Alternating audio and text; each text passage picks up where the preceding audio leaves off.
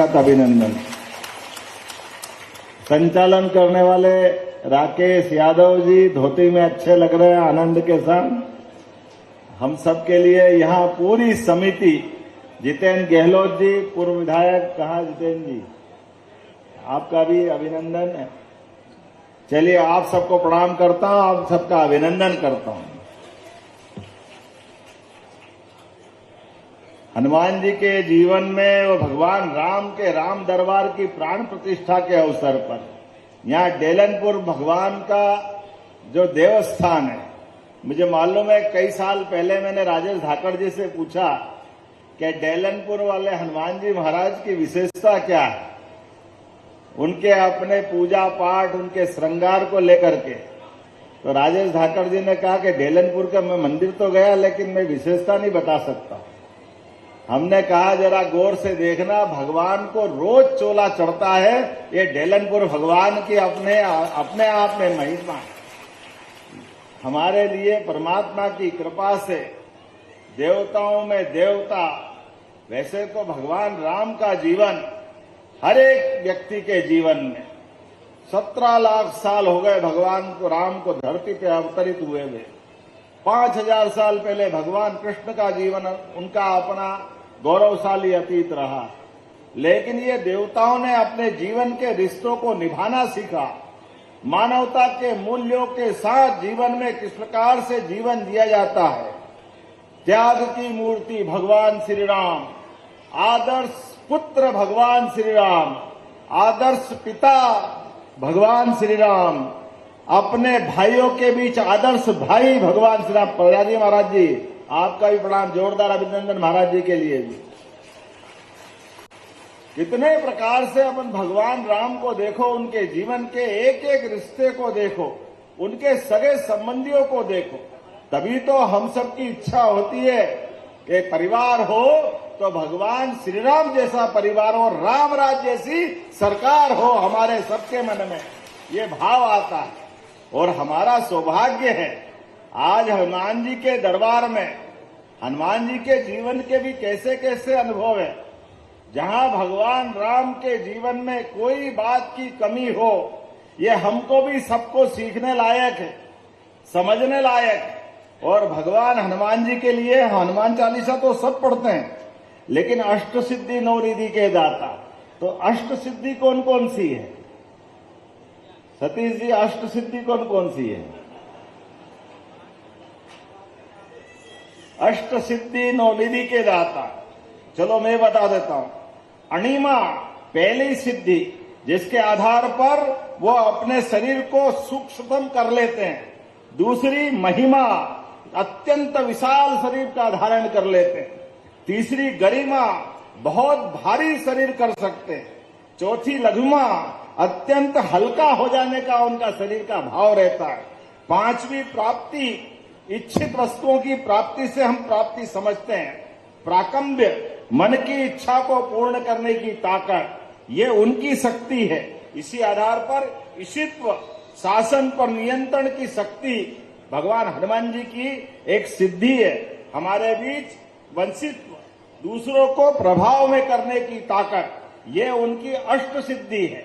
और ऐसी 9 निधि, जो निधियों को अगर लोग समझते हैं तो महापद्म, पद्म, शंख, मकर, कच्छप, मुकुंद, कुंद, नील और आखिरी में खर्च। लेकिन इनको समझने के लिए आज के दौर से अगर देखें तो हमको ध्यान में आएगा, अपने जीवन में सभी प्रकार की विनम्रता को धारण करते हुए सुख समृद्धि और शांति के लिए जीवन के पराक्रम पुरुषार्थ के बलबूते पर अपने जीवन के उत्कर्ष के लिए जो व्यक्ति जीवन जीता है, उस जीवन जीने में जो आत्म संयम रखता है, अपने जीवन के लक्ष्य से जीवन के वर्तमान के दायित्वों के साथ साथ परमात्मा से संबंध जोड़ता है, असली में निधि तो वही है।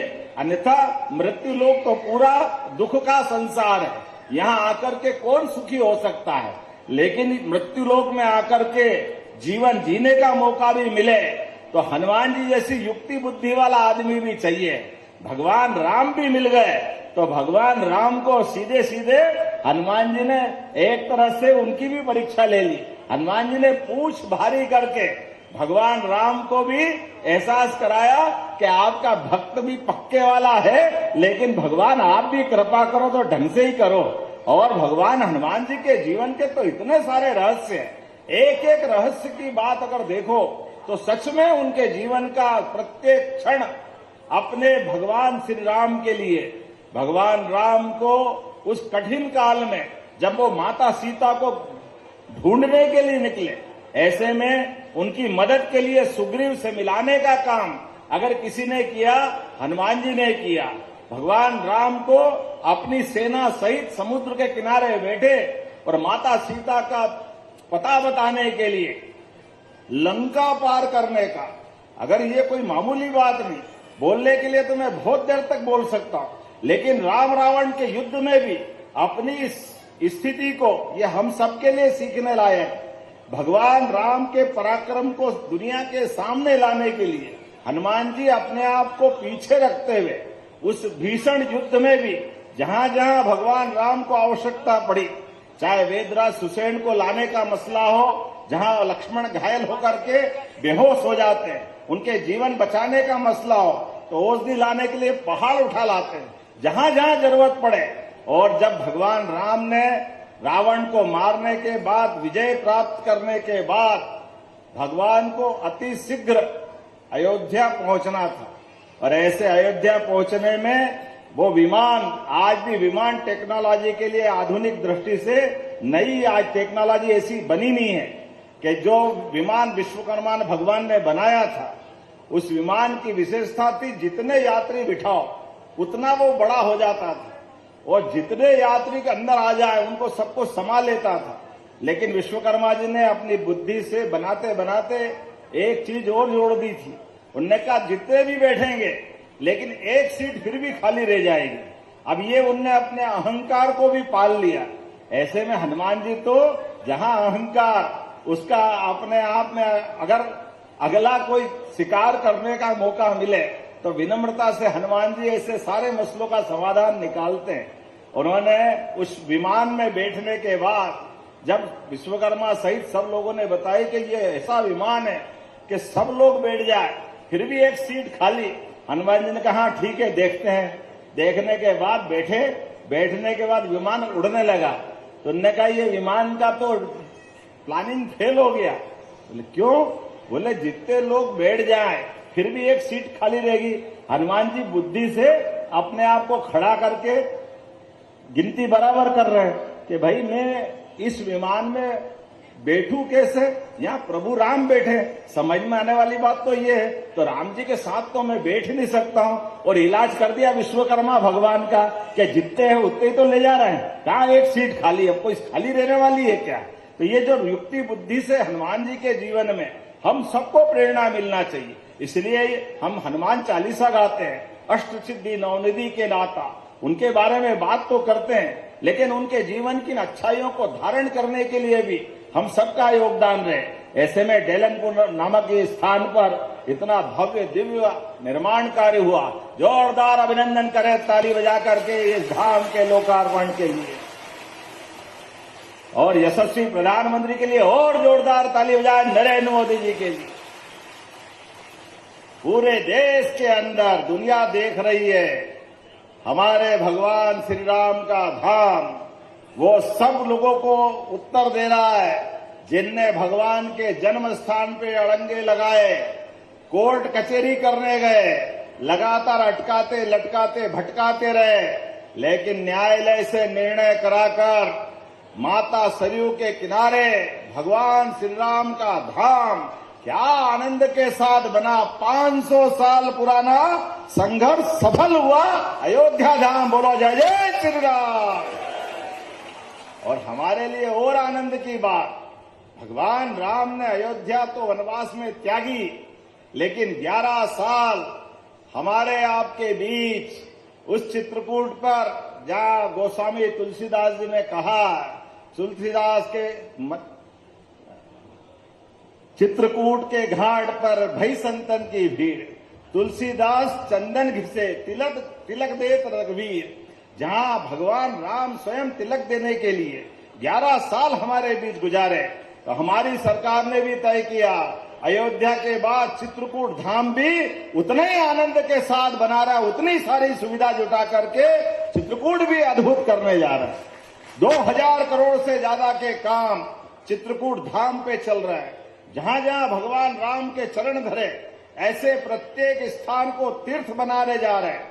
केवल भगवान राम के नहीं, भगवान गोपाल कृष्ण के जीवन में भी हमारे बीच भगवान कृष्ण कंस को मारने के बाद सांदीपनी आश्रम में आकर के उनने अपने जीवन में विद्यालय में शिक्षा ग्रहण करी। और शिक्षा भी कैसी शिक्षा हम सब जानते हैं, 64 कला, 14 विद्या, 18 पुराण, 4 वेद, सबके बीच भगवान का अपना जीवित उस समय का साकार रूप दुनिया का इतिहास है। अपने शिष्य को उनके सामने जीते जी अपने उनके शिष्य के गुरु सांदीपनी महाराज श्री कृष्ण वंदे जगत गुरु, ये उपाधि उस समय मिलती है। बोला गोपाल कृष्ण भगवान की। और गोपाल कृष्ण का जीवन भी जहां जहां चुनौतियां, जहां जहां कठिनाइयां, वहां गोपाल कृष्ण दिखते हैं। गौ माता से प्रेम करने वाले गोपाल, जिसके घर गाय वो घर घर गोपाल। इसलिए गोपाल कृष्ण भगवान के उस आदर्श को मानते हुए पूरे प्रदेश के अंदर दूध का उत्पादन बढ़ाते हुए हर जगह हमारी सरकार जो 25 गाय माता को लेकर के दूध की डेयरी प्रारंभ करेगा, तो 40 लाख में 10 लाख रुपया हमारी सरकार की तरफ से दिए जाएंगे ताकि वो दूध का उत्पादन करें। दूध भी उनका, गौ माता भी उनकी, बाकी सब भी उनका, लेकिन हमारा प्रयास है कि दूध का उत्पादन बढ़ना चाहिए। अभी 12% दूध का उत्पादन देश के अंदर है, इसको धीरे धीरे करके 20% तक ले जा रहे हैं। प्राकृतिक खेती में भी अब तो हम और आगे बढ़ गए। कोई अपने खेत में प्राकृतिक खेती करेगा, ऐसे व्यक्ति को गौ माता अगर वो पालेगा तो उसको एक व्यक्ति को भी 1100 रुपया महीना हमारी सरकार की तरफ से देंगे ताकि वो दूध भी अपना खाए, गौ माता को भी पाले। और पालते हुए इस प्रकार के संकल्प ले जिसके कारण से इस देश में दूध दही की नदियां बहती थी। बोलने के लिए तो मैं बहुत देर तक बोल सकता हूं, लेकिन आज आपके बीच आया हूं आनंद के साथ आपका आशीर्वाद लेने। अभी अभी हमने बहुत सारे कामों की शुरुआत की और भी कर रहे हैं। अब तो सिंगत आने वाला है और सिंगस के लिए हमारी सरकार के द्वारा हजारों करोड़ के काम चल रहे हैं उज्जैन और उज्जैन के आसपास के लिए। मुझे अभी यार डॉक्टर तेज बहादुर जी कह रहे थे, ये जावरा से उज्जैन का 4 लेन भी जोरदार ताली बजाओ, एक और अपने यहाँ तैयार होने वाला है। ये नागदा, खाचरोद, उज्जैन, इंदौर मेट्रोपॉलिटन सिटी, जिसके माध्यम से विकास का नया एक और सपना सबका साकार होने वाला है। अब ये हम जब बात बोलते तो कई हमारे विरोधी दल के लोगों को थोड़ा अटपटा लगता, दिनेश भाई बुरा मत मानना। अब हम करें क्या? आपने तो करा नहीं और हम कर करके आपको लगता है कि आपकी छाती पे सांप लौटता, तो मैं क्या करूं? मैं तो ये काम करने के लिए ही आया हूं। जोरदार अभिनंदन करें अपने सिमस की तैयारी के लिए। हम सबका दायित्व है धूमधाम से। सिमस ये मध्य प्रदेश का नहीं, उज्जैन का नहीं, ये देश का भी नहीं, ये दुनिया का सबसे बड़ा मेला है। और जब दुनिया का सबसे बड़ा मेला है, 40 करोड़ से ज्यादा लोग जब आने वाले हैं, तो वहां का प्रबंधन भी उस स्तर का होना चाहिए जिस स्तर के अपने इस आयोजन के लिए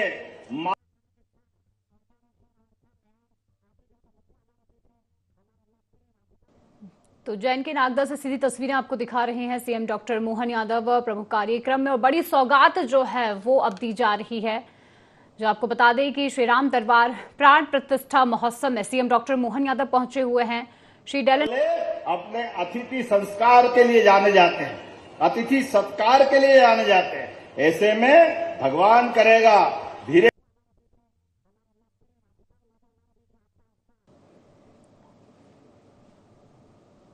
तो उज्जैन की तस्वीरें आप देख रहे हैं जहां श्री राम दरबार प्राण प्रतिष्ठा महोत्सव का आयोजन किया जा रहा है। सीएम डॉक्टर मोहन यादव इस कार्यक्रम में पहुंचे हुए हैं और प्रमुख सौगातें जो है वो भी दी जा रही हैं। बढ़ता जाएगा। आज आपके बीच जब मैं यहाँ लोकार्पण करने आया तो मुझे बताया सेट तो बन गया लेकिन फर्श कच्चा है, तो ये फर्श बनाने की भी मैं घोषणा करता हूं, यहाँ का फर्श भी बनेगा। आपने कहा बाउंड्री वाल की आवश्यकता है, तो यहाँ बाउंड्री वाल बनाने की भी घोषणा करता हूं। ताली बजाओ तो अच्छे से ही बजाओ, अपने को क्या दिक्कत है। ऐसे में आने वाले समय में पीने के पानी की टंकी भी बना करके इस पूरे क्षेत्र के लिए भी और यहाँ के लिए भी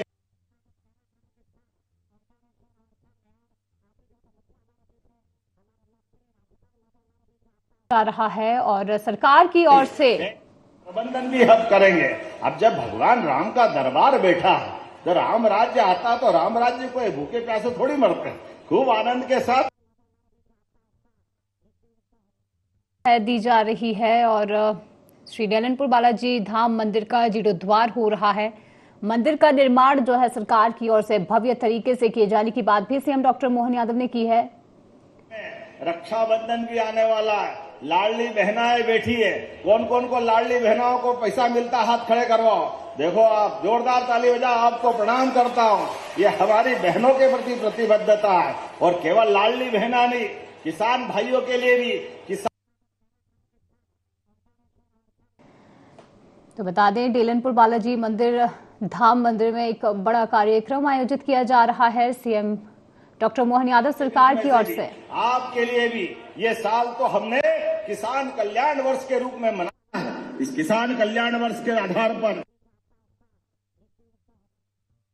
एक क्षेत्र में विकास के लिए कोई कोर कसर बाकी नहीं रहेगी। लेकिन आज तो हनुमान जी के दरबार में भगवान राम पधारे, ऐसा लग रहा आज सरकार की ओर से दी जा रही है, जहां जो योजनाओं का लाभ जो है वो भी जनता तक सरकार पहुंचा रही है, जिसे लेकर जय जय श्री राम, जय जय श्री राम। बोला डेलनपुर वाले हनुमान जी महाराज की, सभी साधु संत। ये तस्वीरें सीधे आपको उज्जैन से दिखा रहे हैं। श्री डेलनपुर बालाजी धाम मंदिर के जीर्णोद्धार की सीधे तस्वीरें आप तक पहुंचा रहे हैं। प्रमुख कार्यक्रम महाराज की बहुत बहुत धन्यवाद। भारत माता की जय।